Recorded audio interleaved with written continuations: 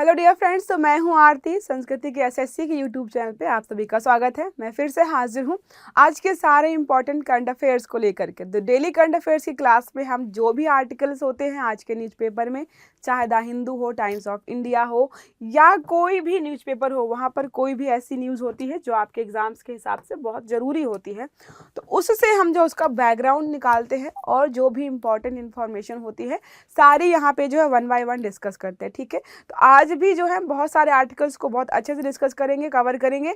बहुत ध्यान से सुनिएगा क्योंकि आपके जो एसएससी एग्जाम्स के लिए करंट अफेयर्स भी बहुत ज़रूरी होता है। 20 से 25 क्वेश्चन आपके पूछता है, इसलिए कोशिश करिए कि बहुत ध्यान से सुनिएगा। पहला आर्टिकल हमारा है भारत सिंगापुर द्विपक्षीय अभ्यास जो है उसका नाम क्या है? अग्नि वॉरियर 2024 का शुभारंभ किया गया है। आप अगर पिछला कुछ एक तरह से विवरण देखेंगे तो इसी नाम से ही चलता है। ठीक है, सिंगापुर और भारत के बीच जो अभ्यास होता है उसका नाम क्या है? अग्निवीर, और जो है 2024 जो है ये होने वाला है। तो इसमें हम देखेंगे कि आखिरकार जो है ये कहाँ पर होने वाला है, किस चीज़ को लेकर के या किस विषय को लेकर के ये जो है अभ्यास हो रहा है। तो आयोजन है 28 से 30 November, Deolali field firing range, Maharashtra. कहाँ से हो रहा है ये? 28 से 30 नवंबर के बीच हो रहा है। देवलाली फील्ड जो है फायरिंग रेंज महाराष्ट्र में हो रहा है। तो याद रखना है कि ये अभ्यास जो है भारत में ही हो रहा है। कहाँ पर हो रहा है? महाराष्ट्र में। हो सकता है जगह का नाम ना पूछे, जो है सिर्फ राज्य पूछ ले, तो महाराष्ट्र में हो रहा है। ठीक है, उद्देश्य क्या है? भारत और सिंगापुर की तोपखाना इकाइयों के बीच पेशेवर सैन्य संपर्क को बढ़ाना। तो जो हमारे और सिंगापुर के जो तोप खाने इकाइयाँ हैं, तो इसमें जाहिर सी बात है तोपों का इस्तेमाल अच्छे खासे से लेवल पे किया जाने वाला है। इस अभ्यास में दोनों देश जो है भारतीय सेना और जो है सिंगापुर सशस्त्र बलों के बीच सर्वोत्तम प्रथाओं का आदान प्रदान करेंगे।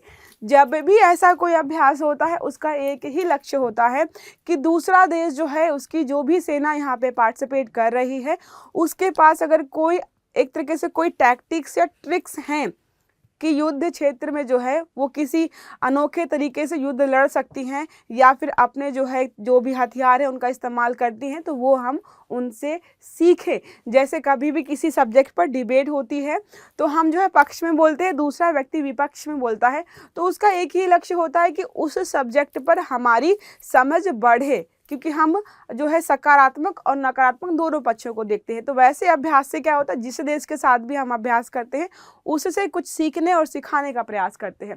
भारत और सिंगापुर के बीच जो अन्य अभ्यास और कौन कौन से होते हैं, कई बार पूछा था। बोल्ड कुरुक्षेत्र जो है सेना का अभ्यास है। संयुक्त सैन्य प्रशिक्षण जो है वायुसेना का अभ्यास है। त्रिपक्षीय समुद्री अभ्यास जिसको बोलते हैं सिमटेक्स। सिमटेक्स जो है समुद्री जो है त्रिपक्षीय समुद्री अभ्यास है, थाईलैंड के साथ यहाँ पर किया जाता है। तो ये सारे आपको याद रखने हैं। ठीक है, नेक्स्ट आर्टिकल हमारा, दिनेश भाटिया ब्राजील में भारत के अगले राजदूत के रूप में यहाँ पे नियुक्त किए गए हैं। जो भी फॉरेन सर्विसेज में होते हैं, यूपीएससी क्वालिफाई करके जो भी यहाँ पर जो है इंडियन फॉरेन सर्विसेज में जाते हैं, उनको जो है अलग अलग देशों में दूतावासों में नियुक्त किया जाता है। इनकी जो है सारी हिस्ट्री पढ़ेंगे कि इनका पहले नियुक्त कहाँ पर किया गया, फिर जो है कैसे कैसे जो है अब कहाँ पर पहुँचे हैं। ब्राज़ील में यहाँ पर दूतावास में यहाँ पर राजदूत के रूप में यहाँ पे नियुक्त किया गया है। तो ब्राज़ील में भारत का अगला राजदूत जो होगा या जो होंगे दिनेश भाटिया जी हैं। दिनेश भाटिया जी के बारे में पढ़े तो 1992 भारतीय विदेश सेवा में भर्ती हुए। तो 1992 बैच के हैं ये। वर्तमान में मतलब अभी प्रेजेंट में वो कहाँ काम कर रहे हैं या कहाँ पर हैं, तो अर्जेंटीना में भारत के राजदूत के रूप में ये कार्यरत है। तो अर्जेंटीना के दूतावास में है। 21 अगस्त 2019 को यह पद संभाला था अर्जेंटीना वाला इन्होंने। उनकी मान्यता 2022 फरवरी तक उरुग्वे और पराग्वे तक भी विस्तारित हुई। बीच में जो है उरुग्वे पराग्वे 2022 तक कार्यरत रहे हैं इसी पद पर।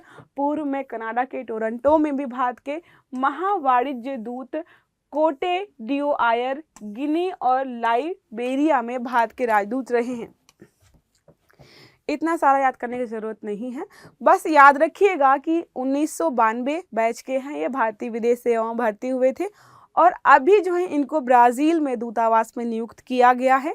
ठीक है, नाम क्या है, दिनेश भाटिया है। बाकी चीज़ें वैसे भी आप भूल जाओगे तो इतना ज़्यादा प्रेशर नहीं देना है, क्योंकि यहाँ से क्वेश्चन पूछने की संभावना थोड़ी सी कम है। जो चीज़ें प्रेजेंट में चल रही हैं बस वो याद रखना। अब ब्राज़ील के बारे में पूछ सकता है आपसे प्रश्न, तो ब्राज़ील की राजधानी है ब्रासीलिया, नाम मैच कर रहा है, ब्राज़ील ब्रासीलिया, ऐसे याद कर लीजिएगा। मुद्रा है ब्राज़ीलियन रियल, तो मुद्रा भी है ब्राज़ीलियन रियल, ठीक है, BRL शॉर्ट में बोलते हैं। वर्तमान राष्ट्रपति जो है अभी कौन से हैं, तो लुइस इनासियो लूला डा सिल्वा, काफ़ी लंबा नाम है, तो लुइस इनासियो लूला डा सिल्वा। तो लोग बोले, मैम भी देख के बोले भाई मैं भी इतना लंबा चौड़ा नाम वैसे भी याद नहीं रख सकती हूँ, तो नाम क्या है इनका, लुइस इनासियो लूला डा सिल्वा। सीमावर्ती देश कौन कौन से हैं, ब्राज़ील, गाना सुना ही होगा, तो उसी देश के बारे में साउथ जो है अमेरिकन कंट्री आई थिंक ये है, तो हाँ साउथ अमेरिका में स्थित है। तो सीमावर्ती देश कौन से हैं, दक्षिण में है उरुग्वे, हमने पढ़ा था कल उरुग्वे के बारे में। दक्षिण पश्चिम में है अर्जेंटीना और पराग्वे। तो देखो अगर यहाँ पे मान लो देश ये है, ठीक है, ये कौन सा हो गया हमारा, ब्राज़ील। तो क्या बोला, दक्षिण में है उरुग्वे, तो यहाँ पर जो है उरुग्वे। दक्षिण पश्चिम में अर्जेंटीना, दक्षिण पश्चिम अर्जेंटीना और जो है पराग्वे, अर्जेंटीना और पराग्वे। पश्चिम में है बोलीविया, तो पश्चिम में ये हो जाएगा बोलीविया, ठीक है, बोलीविया और पेरू। तो पेरू और बोलीविया जो है कहाँ पर हो जाएंगे, पश्चिम में हो जाएंगे। उत्तर पश्चिम में है कोलंबिया, तो उत्तर ये हो जाता, पश्चिम ये है, तो यहाँ पर है कोलंबिया। फिर क्या है, उत्तर में है वेनेजुएला, यहाँ पर है वेनेजुएला, गुयाना और सूरीनाम और फ्रांस। तो इतने सारे देश यहाँ पर सारे हैं, ठीक है। तो ये सारे समझ में आ गया आपको। चलते हैं नेक्स्ट आर्टिकल पर। लेह में भारत का पहला हरित हाइड्रोजन ईंधन स्टेशन स्थापित किया गया है। कुछ दिन पहले ही हमने पढ़ा था कि लेह में जो है पहला हरित हाइड्रोजन ईंधन स्थापित किया जाने वाला, तो उसी के बारे में यहाँ पर डिटेल्स कुछ आई हुए हैं, उनको देखते हैं। तो लेह कहाँ पर है, लद्दाख में है, ठीक है, आपको पता होगा। आप मुझे कमेंट करके बताइएगा कि कब जो है इसको जो है यूनियन टेरिटरी या राज्य घोषित किया गया था, कब बदलाव किए गए हैं। कुछ दिन जो है पहले जो है बहुत चर्चा में था ये, किसके द्वारा, तो Amara Raja infra NTPC limited के लिए। तो NTPC है उसने किसके साथ किया है, तो अमारा राजा इंफ्रा के साथ यहाँ पर हरित हाइड्रोजन ईंधन स्टेशन का उद्घाटन किया गया है। केंद्रीय विद्युत आवास और शहरी मामलों के मंत्री मनोहर लाल जी द्वारा, मतलब मंत्रालय भी यहाँ पर हमारा शामिल हो जाएगा, ठीक है। तो इस मंत्रालय के द्वारा या ये मंत्री जो है इन्होंने जो है इसका उद्घाटन किया है। यह स्टेशन जो है प्रतिदिन 80 किलोग्राम ग्रीन हाउस का उत्पादन करेगी, साथ में 5 हाइड्रोजन ईंधन सेल बसों का भी शक्ति प्रदान करेगी। ग्रीन हाइड्रोजन इंपॉर्टेंट इसलिए है क्योंकि इससे CO2 का इमिशन होता ही नहीं है, कार्बन उत्सर्जन बिल्कुल भी नहीं होता है। हम कोई भी ईंधन इस्तेमाल करें, ठीक है, हम कोई भी ईंधन इस्तेमाल करें, कोयला, पेट्रोल, डीजल, केरोसिन या जो भी, उसमें कुछ ना कुछ मात्रा में जो है CO2 का इमिशन होता ही होता है। लेकिन ग्रीन हाइड्रोजन में क्या इस्तेमाल हो रहा है, पानी, ठीक है, और ऑक्सीजन, और उसको बिजली, पानी और जो है ऑक्सीजन में जो है पानी में जो है हाइड्रोजन होता है और उसमें विद्युत इलेक्ट्रिसिटी प्रवाहित करके जो है ग्रीन हाइड्रोजन बनाया जा रहा है, जिसकी वजह से जो है बिल्कुल भी CO2 एमिशन नहीं होता है। इसलिए इस पर जो है ज़्यादा जोर दिया जा रहा है। भारत के 8 वर्षीय दिविथ रेड्डी ने अंडर 8 विश्व कैडेट शतरंज चैंपियनशिप में स्वर्ण पदक जीता है। तो देखो कितने साल के हैं, 8 साल के हैं। नाम क्या है, दिविथ रेड्डी। नाम से लग रहा है कि भाई ये साउथ इंडियन व्यक्ति होगा, और ज़्यादातर हमारे शतरंज खिलाड़ी जो है तो दक्षिण भारतीय है। अंडर 8 मतलब 8 वर्ष उम्र है, उससे कम जो भी कैटेगरी हो तो उसमें खेला है इन्होंने। शतरंज चैंपियनशिप में विश्व कैडेट शतरंज चैंपियनशिप का नाम याद रखिएगा। स्वर्ण पदक जीता है। तो यहाँ पे हम देखेंगे कि ये जीते हैं तो किसको हराया है, ठीक है, कितने अंक मिले हैं। ओके, तो आयोजन 14 से 27 नवंबर मोंटे सिल्वानो इटली में किया गया है। तो मोंटे सिल्वानो कहाँ पर, इटली में है। 14 से 27 नवंबर पे आयोजन हो रहा था, जहाँ पर इनको ये खिताब मिला है या जीत हासिल की है। आयोजन करता कौन है, फीडे जो है बहुत सारे आयोजन करवाता है जो भी शतरंज से संबंधित होते हैं। अंतर्राष्ट्रीय शतरंज महासंघ है। ठीक है, भारतीय खिलाड़ी जो है सात्विक स्वयं को रजत और चीन के जिमिंग गुओ को कांस्य पदक मिला है। तो भारतीय खिलाड़ी अपने हैं वो ही सेकंड नंबर पर है, फर्स्ट नंबर पर भी भारतीय खिलाड़ी हैं, थर्ड नंबर पर जो है चीन के जिमिंग गुओ को जो है कांस्य पदक यहाँ पर दिए गया है। अब फीडे के बारे में बात कर लेते हैं, जो संस्थान जो है शतरंज का आयोजन करवाती है उसके बारे में भी हमें थोड़ी बहुत जो है जानकारी होनी चाहिए। आर प्रज्ञानंद के बारे में भी आपने सुना होगा, मैग्नमस क्या नाम है उनका, वो भी जो है ऑल ओवर वर्ल्ड के जो बहुत अच्छे खिलाड़ी हैं। तो इन सब के बारे में आप सुनते रहते हो, लेकिन अगर कोई इतना छोटा बच्चा कोई इतना अच्छा परफॉर्मेंस दे रहा है, आपके घर पे छोटे बच्चे क्या करते हैं, मोबाइल के लिए लड़ते हैं, टॉफ़ी चॉकलेट के लड़ रहे होते हैं, या फिर हम लोग जो है 8 साल के होंगे तो क्या कर रहे होंगे। और अभी सोचो जो है अंतर्राष्ट्रीय लेवल पे जो है खेलों में पार्टिसिपेट करके लोग जीत रहे हैं। तो इसलिए बहुत ज़रूरी है ऐसी न्यूज़। पुरुष और महिला शतरंज की विश्व शासी निकाय है, तो चाहे पुरुषों का खेल हो या महिलाओं का खेल हो, यहाँ पर सबका आयोजन जो है इसी संस्था के द्वारा किया जाता है। स्थापना हुई है 20 जुलाई 1924 को। 1999 में अंतर्राष्ट्रीय ओलंपिक समिति द्वारा मान्यता मिली इसको। मुख्यालय है लॉजन स्विट्जरलैंड में और वर्तमान अध्यक्ष हैं आर्कडी ड्योरकोविच। आर्कडी ड्योरकोविच, याद रखिएगा नाम अगर याद रहता है तो। अगर उस बच्चे की आपको जो है फेस देखनी है तो ये रहा, बिल्कुल सीरियस कैंडिडेट लग रहा है। अगला आर्टिकल हमारा है network readiness index. Network readiness index का मतलब ये है, एक रिपोर्ट जारी की गई है, उसमें जो है भारत की रैंकिंग के बारे में हम समझेंगे। नेटवर्क रेडीनेस इंडेक्स का निकालने का मतलब यही है कि अगर किसी मतलब अभी तो सारे दुनिया में जो है इंटरनेट एक्सेस है, इंटरनेट एक्सेस अगर किसी देश को मिल रहा है तो उसका जो है कितना ज़्यादा से ज़्यादा इस्तेमाल कर पा रहा है। जैसे 5G हमारे पास भी है, 5G चाइना के पास भी है, 5G अमेरिका के पास भी है, जापान के पास भी है। लेकिन आप देखेंगे तो टेक्नोलॉजी के माध्यम में जापान हो गया, जर्मनी हो गया, चीन होगा, USA हो गया, हमसे जो है बहुत काफ़ी आगे है। ठीक है, तो इसीलिए जो है यहाँ पे रैंकिंग जारी की जाती है कि इंटरनेट एक्सेस होने के बावजूद अगर कोई देश अच्छा प्रदर्शन करा तो उसकी रैंकिंग, और अगर खराब प्रदर्शन कर रहा है, जैसे हमारा इंटरनेट है, पाकिस्तान के पास भी है, बांग्लादेश के पास भी है, लेकिन उनका प्रदर्शन आप सोचो किन क्षेत्रों में ज़्यादा है, कहाँ पे इनोवेशन कर रहे हैं, तो उनकी रैंकिंग जाहिर सी है कि खराब ही होगी। तो उसी को यहाँ पे जारी किया गया है। तो नेटवर्क रेडीनेस इंडेक्स जो है 2024 रिपोर्ट में भारत जो है 49वें स्थान पर है इस बार। वह 2023 में जो है हम 60 स्थान पर थे, तो हमने अच्छा खासा जो है तरीके से अपने आप को इम्प्रूव किया है। 23 में जो है 60वें नंबर पर थे, अब जो है 49 में लगभग हमने कितना 11 नंबर जो है अपने आप को ऊपर ले गए हैं। बात करें इंडेक्स की, प्रकाशन कौन करता है, तो पोर्टल्स इंस्टीट्यूट और सैद बिजनेस स्कूल और यूनिवर्सिटी ऑफ ऑक्सफोर्ड द्वारा संयुक्त रूप से यहाँ पे इसको निकाला जाता है या प्रकाशन किया जाता है। तो 3 संस्थान शामिल हैं, पोर्टल्स इंस्टीट्यूट और सैद बिजनेस स्कूल, सैड नहीं है, सैद है, सैद, ठीक है। यूनिवर्सिटी ऑफ जो है ऑक्सफोर्ड द्वारा जो है यहाँ पे संयुक्त रूप से जारी किया जाता है। उद्देश्य क्या है, तो वही सूचना और संचार प्रौद्योगिकी द्वारा पेश किए गए अवसरों का फायदा अगर उठाया है आपने और देशों की तत्परता को मान्यता, मतलब कौन से ऐसे देश हैं जिनको जो है ये सारी सूचना प्रौद्योगिकी वाली सारी चीज़ें मिल रही हैं, उनका आप जो है फ़ायदा उठा रहे हो या नहीं, मतलब जो है AI वगैरह में जो है कौन जितना आगे बढ़ रहा है, इन सबको यहाँ पर रखा गया है। देश के सभी राज्यों में ई दाखिला की शुरुआत हुई है। तो ई दाखिला से कंफ्यूज नहीं होना है कि लग रहा है एडमिशन स्कूल का ई दाखिला से, नहीं, यहाँ पर जो है ऑनलाइन शिकायत पंजीकरण का एक सिस्टम है, तो उसी को यहाँ पर क्या है शुरुआत की गई है अलग अलग जगहों पर। तो सभी राज्यों और केंद्र शासित प्रदेशों में ई दाखिला की शुरुआत की गई है। एक ऑनलाइन प्लेटफॉर्म है उपभोक्ता शिकायत निवारण प्रक्रिया को कारगर बनाने के लिए। तो जो भी कस्टमर्स हैं या कंज्यूमर्स हैं, किसी भी चीज़ को खरीदते समय उनके साथ जो धोखाधड़ी या फिर कोई फ्रॉड होता है, उसको अगर वहाँ पे जो है रजिस्टर करना चाहते हैं अपनी शिकायत को, तो उन लोगों के लिए बनाया गया है। ठीक है, आसानी से सेवा संबंधी शिकायतें ऑनलाइन दर्ज और त्वरित निपटारा भी यहाँ पर संभव है तो हर देश, हमारे देश के हर कोने में अगर आपने कोई भी ऑनलाइन सामान खरीदा या फिर जो है कोई ऑफलाइन सामान खरीदा और दुकानदार के पास या जो भी आपने जो है जिस साइट से भी खरीदा है, अगर आप उससे बोल रहे हो और आपको जो सुनवाई नहीं हो रही, तो आप यहाँ पे शिकायत कर सकते हो, क्योंकि ऐसे फ्रॉड आजकल जो है बहुत नॉर्मल हो गए हैं। तो शिकायत निवारण तंत्र भी स्थापित किया जा रहा है सरकार के द्वारा।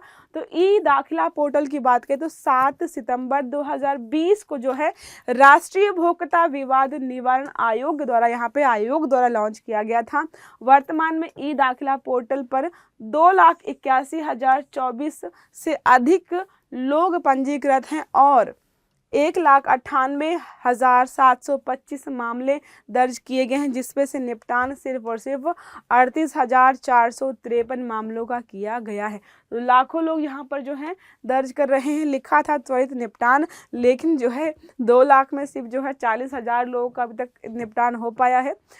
तो ठीक है, हम पढ़ लेते हैं, ज़रूरी है। अगला आर्टिकल हमारा है भारतीय रासायनिक परिषद, केमिकल से संबंधित है ये, ठीक है, को OPCW द हेग पुरस्कार दिया गया है। तो देखो, रासायनिक परिषद, केमिकल वेपन्स के बारे में आपने सुना होगा।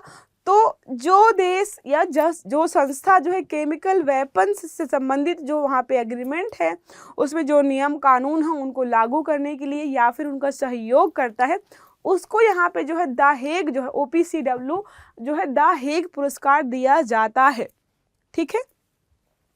तो भारतीय राष्ट्रीय परिषद को 2024 रासायनिक हथियारों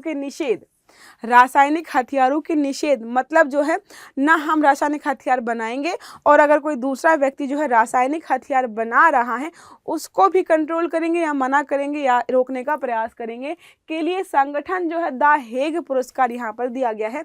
तो भारतीय रासायनिक परिषद को दिया गया है, पहली बार किसी केमिकल से संबंधित संगठन को यहाँ पर दिया गया है। बहुपक्षीय संधि है ये, अगर आपसे पूछे कभी कि रासायनिक हथियार संधि क्या है, तो बहुपक्षीय संधि है। 29 अप्रैल 1997 को स्टार्ट किया गया था। केमिकल वेपन्स जो भी है, केमिकल हथियार के डेवलपमेंट मतलब उनको बनाना, प्रोडक्शन उनको बनाना, स्टोरेज उनको एक तरीके से वहाँ पर अपने बनाकर रखना या फिर ट्रांसफ़र करना पर रोक लगाया गया। केमिकल वेपन समझते हो, मान लो किसी, जैसे आपने क्रिश मूवी देखी है, उसमें जो है साइंटिस्ट क्या करता है, एक बीमारी बनाता है, उसको हवा में छोड़ने के बाद जो वहाँ के सारे लोग बीमार हो जाएंगे और मर जाएंगे। तो कुछ इस तरीके के होते हैं केमिकल वेपन्स कि आपका कोई दुश्मन देश है और वहाँ पे जो आप हमला ऐसे नहीं करते हो, वहाँ के पानी में कुछ मिला दिया या वहाँ की हवा में कुछ मिला दिया, किसी खाद्य सामग्री जो बहुत बेसिक है जिसको हर घर में खाया जाता है, उसको जो है खाद्य सामग्री के माध्यम से उस देश के नागरिकों तक पहुँचा दिया, फिर जो है सिचुएशन आउट ऑफ कंट्रोल हो गई, लोग मरने लगे, तो इसको बोलते हैं केमिकल वेपन। उसको रोकने के लिए इसको बनाया गया था। 193 मेंबर हैं। भारत इस सम्मेलन का हस्ताक्षरकर्ता भी है। ओके, रासायनिक हथियार सम्मेलन को रासायनिक हथियारों को निषेध के लिए बनाया गया था और मुख्यालय यहाँ पर इसका है द हेग, नीदरलैंड में। तो जो नाम है द हेग पुरस्कार, उसका जो है मुख्यालय भी कहाँ पर है, द हेग, नीदरलैंड में है। सदस्य देशों की सुविधाओं और गतिविधियों का निरीक्षण और निगरानी, तो जो भी मेंबर्स जो हैं 193 कंट्रीज हैं उन पर तो बिल्कुल यहाँ पे सख्त नियम कानून है कि भाई तुम ऐसे अगर इसके मेंबर हो तो तुम इन चीज़ों में संलग्न नहीं पाए जा सकते हो। जैसे आपके यहाँ 10 लोग आ जाए कि हम जो आज से झूठ नहीं बोलेंगे, तो झूठ नहीं बोलेंगे और झूठ ना बोलने देंगे किसी को, तो 10 के बाहर जो 11वां व्यक्ति है वो झूठ बोल ले भी एक बार, लेकिन 10 जो है जो यहाँ पे कसम खा रहे हैं कि हम नहीं बोलेंगे, उन पे नियम कानून बहुत सख्ती से लगाए जाते हैं। तो ऐसा ही है। 2013 में नोबेल शांति पुरस्कार सम्मानित किया गया था इस संस्था को, क्योंकि वैश्विक रूप से शांति स्थापित करने का प्रयास इसके द्वारा किया जा रहा है। 2014 में हेग नगर पालिका के सहयोग से OPCW द हेग पुरस्कार की स्थापना की गई है। 2014 में इसको स्टार्ट किया गया है, ठीक है। और देखो अब भारत को जो है यहाँ पर मिला भी है। उन व्यक्तियों और संगठनों को मान्यता देता है जो रासायनिक हथियार सम्मेलन के लक्ष्यों को आगे बढ़ाते हैं। तो जो भी लक्ष्य जो है इस सम्मेलन के हैं उनको अगर लेकर कोई व्यक्ति आगे बढ़ रहा है, कोई संस्था आगे बढ़ रही है, तो उसको ये पुरस्कार दिया जाता है। अब बात करें अगर जो है भारतीय रासायनिक परिषद की, जिसको ये जो है पुरस्कार दिया गया है, स्थापना 1938 में हुई है। भारत में रासायनिक उद्योग के विकास संवर्धन के लिए यहाँ पे समर्पित है। तो जो भी केमिकल वाली चीज़ें यहाँ पर बन रही हैं, उनका विकास किया जा रहा है, उनको मॉनिटर करने के लिए इसको बनाया गया था। अब जाहिर सी बात है, कोई दवाई वगैरह बनती है जो भी केमिकल का इस्तेमाल करके, उनको भी यहाँ पर जो इसके तहत ही कंट्रोल किया जाता है। ठीक है, तो ये रहे हमारे आज के सारे आर्टिकल्स जिसमें हमने तरह तरह की न्यूज़ कवर की है। आई होप आपको अच्छी लगी होगी। अगर क्लास समझ में आई है तो लाइक ज़रूर करिएगा, चैनल को सब्सक्राइब करना मत भूलिएगा, बेल आइकन दबा के रखिएगा ताकि सारे वीडियो टाइम से आपको मिले। बहुत सारे कोर्सेज चलाए जा रहे हैं, आरआरबी के लिए भी एग्ज़ाम अभी आने वाला, तो उसके लिए भी हमारे यहाँ पर आपको फ्री ऑफ कॉस्ट बहुत सारे कोर्सेज अवेलेबल हैं। जो आपका CHSL का एग्ज़ाम था उसके लिए भी अवेलेबल कराएगा, तो एक बार चेक जरूर करिएगा कि हमारे यूट्यूब चैनल पर आपके लिए कौन कौन से जो है कोर्सेज या फिर वीडियोज़ उपलब्ध है। चलिए अच्छे से पढ़िएगा। Have a good day. Thank you.